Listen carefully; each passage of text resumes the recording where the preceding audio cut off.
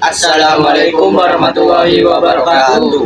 Kami dari Kelapa 2 ingin mengobservasikan hasil P5. Perkenalkan, nama saya Reza Alfarwadila dari 10 AT4. Perkenalkan, nama saya Siti Ramadhani dari 10 AT4. Perkenalkan, nama saya Muhammad Faris Al-Jasah dari 10 AT4. Artikel 2. Soal nomor 1. Apa yang dimaksud dengan budaya kerja 5R? Jawab. Budaya ini merupakan suatu metode penataan dan pemeliharaan wilayah kerja secara intensif yang berasal dari Jepang yang dikenal dengan 5S. Budaya tersebut digunakan oleh manajemen dalam usaha pemeliharaan ketertiban, efisien, dan disiplin di lokasi kerja. Soal 2. Apa tujuan dari pelaksanaan 5R? Jawab. Menjamin proses kerja berjalan lancar. 2. Menjamin agar setiap sumber produksi dapat dipakai secara umum dan efisien. 3. Mewujudkan perusahaan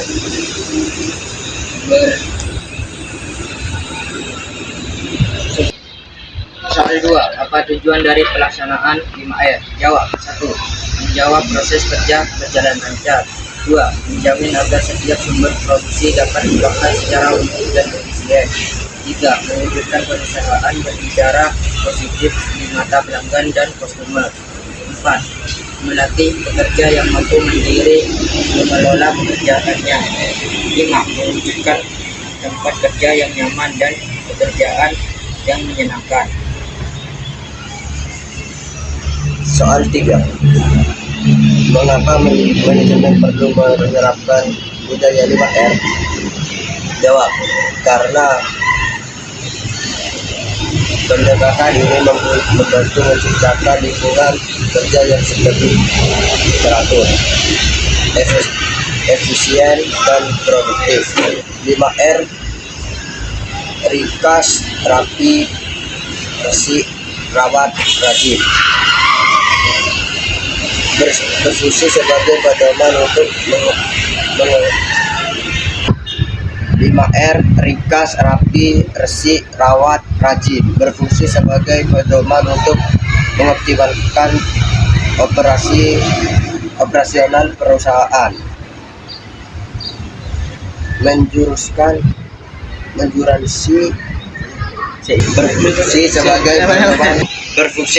pedoman untuk mengoptimalkan operasional perusahaan, mengurangi pemburuan, meningkatkan keselamatan, serta membentuk budaya kerja yang disiplin dan profesional.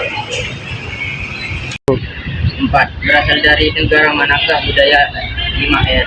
Jawab. Budaya 5R berasal dari adaptasi konsep 5S, sebuah metode manajemen kerja yang dikembangkan oleh Hiroyuki Hirano pada tahun 1980-an. 5. Apa yang perlu dilakukan suatu perusahaan pada prinsip rapi atau sektor? Jawab. 1. Menentukan lokasi khusus untuk setiap barang. 2. Mengelompokkan barang berdasarkan kategori. 3. Memberikan label yang jelas. 4. Menerapkan prinsip FIFO auto FIFO. 5. Memanfaatkan alat organisasi ruang. 6.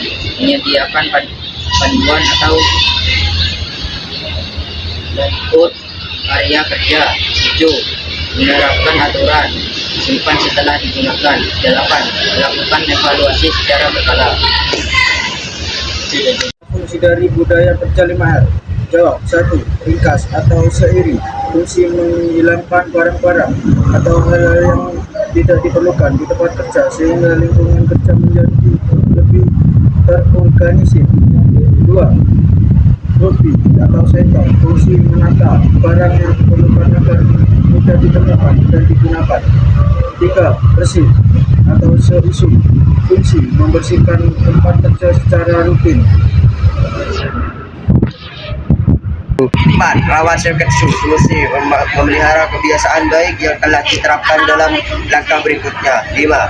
Rajin Seisuke. Fungsi menanamkan kedisiplinan dalam menjelaskan budaya kerja 5R secara konsisten. Soal nomor 3, mengapa kita harus membiasakan rapi di tempat kerja? Jawab, membiasakan rapi di tempat kerja sangat penting karena memberikan banyak manfaat, baik untuk individu maupun organisasi. Berikut adalah beberapa alasan mengapa kebiasaan ini perlu diterapkan. 1. Meningkatkan efisien dan produktivitas. 2. Mengurangi stres dan kebingungan. 3. Menciptakan lingkungan kerja yang nyaman. 4. Meminimalkan risiko kecelakaan. 5. Mempermudah pengawasan dan pemeliharaan. 6. Peningkatan citra profesional. 7. Mendukung kebiasaan yang baik. Soal nomor 4, bagaimana cara kita melakukan prinsip rawat? Jawab, dengan melakukan 1.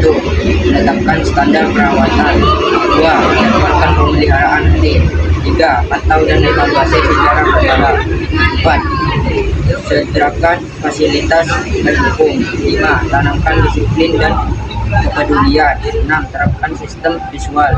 7. Libatkan semua karyawan. 8. Berikan penghargaan. 5. Mengapa kita perlu menerapkan budaya kerja 5R? Jawab, karena menerapkan budaya kerja 5R sangat penting karena dapat menciptakan lingkungan kerja yang lebih produktif, aman, dan nyaman.